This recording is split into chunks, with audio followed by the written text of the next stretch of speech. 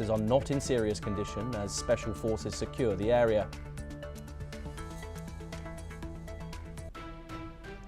Those are the headlines for this hour, and for our top story we head to the United States, and Israeli Prime Minister Benjamin Netanyahu will meet US President Donald Trump at Trump's Mar-a-Lago resort in Florida today.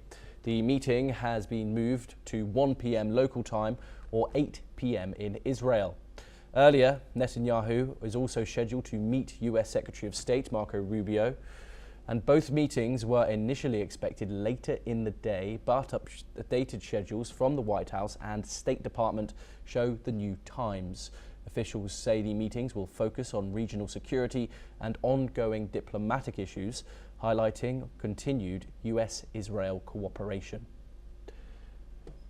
Joining us now is Peter Baum, the editor of the Weekly Blitz, and he joins us live from London. Peter, thank you very much for joining us. Of course, the people in Gaza continue to struggle, of course, with ongoing Israeli strikes on selected targets. Of course, the majority of the fighting has concluded. However, we are seeing those small pockets of violence occurring pretty frequently, along with a storm which is devastating the region. The second phase of this ceasefire, Peter, is looking forever in the distance, let's say. What do you think is going to be at the forefront of this meeting between Donald Trump and his Israeli counterpart Benjamin Netanyahu? Yeah, good day to you, Thomas. There are three topics on this forthcoming meeting. The agenda will focus on Gaza, on Lebanon, and on Iran. And from an Israeli perspective, there is a combined and united front of how of what the Israelis want from this meeting. And I think for the most part, the Trump administration, certain Marco Rubio, in the past has expressed his desire to see the same outcome. Now, what is this outcome? Pre-October the 7th, had anyone have told Israel and her supporters that the main threats to her security from a military aspect would be as diluted as they are, albeit with the trauma of the war and October the 7th, I think most Israelis would have plumped for that. So now we have to go to the second phase and what the meeting is about. With regard to Gaza, as we've seen, the attacks from Hamas on Israel leading up to October the 7th and before have become almost a non-occurrence. So what Israel wants from the meeting, and where I think Trump will be supportive, is the demilitarization and the further dilution of Hamas's ability to obtain weapons in order for phase 2 to go ahead. I think Trump is getting frustrated because of Israel's inability militarily to finish the job completely. Had she have been at that stage, I think it would have made Trump's life much easier. So Trump wants to get in forces from impartial countries to put in phase 2 of the deal, and he will pressure Netanyahu to row back on the attacks that are occurring, let's say every other day, targeting Hamas. That's the first thing. Regards to Lebanon, they're definitely on the same wavelength. The Lebanese government have been more proactive than since the 1980s in disarming Hezbollah militarily, who, though still operational as a military force, has been severely disabled. And there again, they want troops in, as in Gaza, impartial troops to come to, let's say, patrol a demilitarized zone. When it comes to Iran, that's a rather different topic.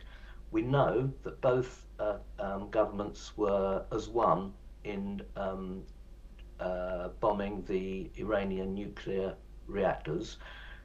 A lot of damage was caused, but the feedback, and we don't know how true this is, Thomas, this is the interesting thing. The feedback is that the Iranian government are defying the odds by recreating the conditions to give them the ability to build a nuclear reactor, though everything is going against them. The domestic turmoil caused by the economic downturn, the severe water drought that's going on, etc., etc. But I think Netanyahu will pressure Trump, whether Trump falls for it or not, I don't know, to once again talk about, if not complete, some kind of military strike on Iran to ensure that they don't have the ability to build up their nuclear capability. Peter, I want to go back to Gaza. Of course, Benjamin Netanyahu has been in the White House or met President Trump more than any other world leader during this second administration. Donald Trump, of course, and his peace plan for the Gaza process has been hailed as one of his great victories. Israel, however, many are arguing that they are consistently violating that ceasefire. Of course, with Hamas as well, but Israel is the one with close relations with the United States. Do you think Donald Trump is going to be happy with the way that Israel has conducted itself in making sure that ceasefire is moving on to the next phase? Do you think there could be any clashes in regards to that? Possibly. I think Trump wants to implement phase 2 as quickly as possible. And he's given the Israelis at least, let's say 6 weeks. Do you remember, Thomas, the 200 Hamas terrorists that were caught in the tunnels and basically were given no way out? That's become a non-story now. We assume that most of them have been killed. We don't know. Trump has been very flexible with Netanyahu, but I think there is a limit to his flexibility because he will want to implement phase 2, as I say, as soon as possible. Otherwise, his political credibility gets lost. He will be mocked by all those players that want to see him fail. So I think there will be clashes on this particular issue, which I don't see regarding Lebanon and Iran. I think they'll definitely be on the same wavelength for those two issues, but on Gaza, I can definitely see that they will not see eye to eye because Israel is determined to further dilute Hamas's capability, and Hamas and Trump, I fear, will say, no, enough's enough, let's get in phase 2. Peter Baum, as always, it's a pleasure. Of course, we could speak about this for hours, but we are constricted on time. But we move on next.